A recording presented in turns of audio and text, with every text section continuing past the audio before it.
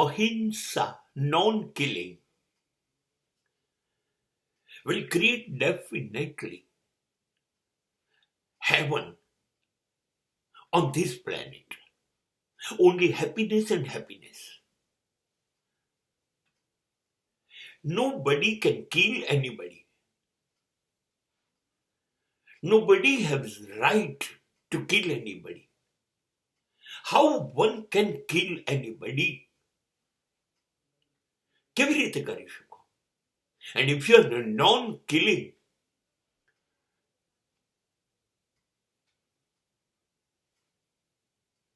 then you will create a good planet, heaven on this earth.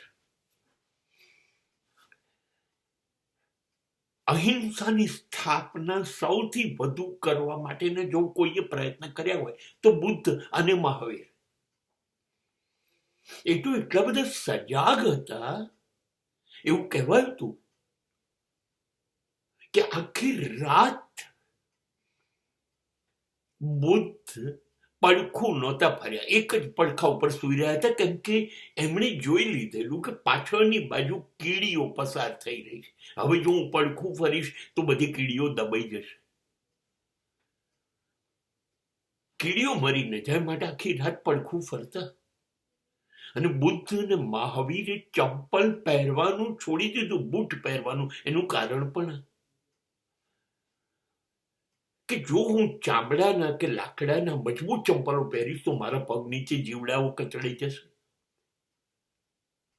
એ લોકો એટલા સભાન હતા કે ચાલતી વખતે પણ કોઈ જીવની હત્યા ન થાય.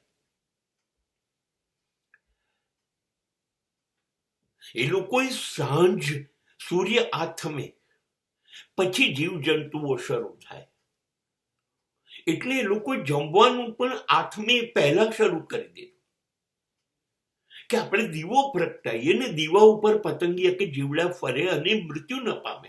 ના માટે મારે પ્રગટાવવું નથી. અહિંસાને આદર અને પછી મહાવીર અને બુદ્ધની અહિંસાએ તો હદ કરી નાખી.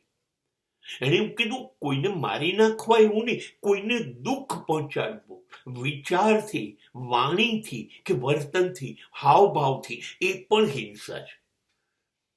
કોઈની ટીકા કરવી એ પણ હિંસા છે, કોઈની નિંદા કરવી એ પણ હિંસા, નફરત કરવી એ પણ હિંસા.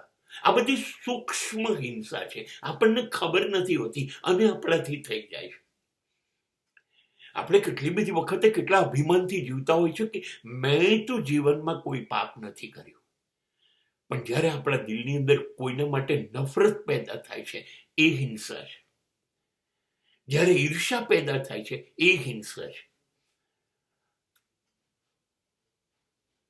એ લોકોએ આ હિંસાની વાત કરી હતી કેમ કે એમને તો ખબર હતી એ તલવાર લઈને કોઈને મારવાના નથી, પણ અમારાથી કોઈને દુઃખ લાગણી એની ઘવાય એ પણ નથી કરવું. અને જ્યારે આવું જગત બનશે ત્યારે માનવ જાત સુખી થઈ જશે. અને બુદ્ધ એને સમ્રાટ અશોકને કલિંગના યુદ્ધ પછી લઈ જઈને મેદાનમાં બતાવ્યું હતું, યુદ્ધના મેદાનમાં કે હજારો સૈનિકોની લાશ પડી. આ તારે લીધે થયું. આ હજારો સૈનિકોની પત્નીઓ વિધવા થઈ, જો કેવી રીતે જીવશે? એના મા બાપ લાચાર થયા, એના બાળકો અનાથ થયા, તને શું ફાયદો થયો? તું એક શહેર જીત્યો, એક રાજ્ય જીત્યો, એક પ્રદેશ જીત્યો, કેટલા લોકોના જીવ, કેટલા લોકોના શબ ઉપર તારા રાજ્યનો વિકાસ થયો. અને અશોકે કલિંગના યુદ્ધ પછી અહિંસા અપનાવી દીધી, ક્યારેય લડ્યો નહીં.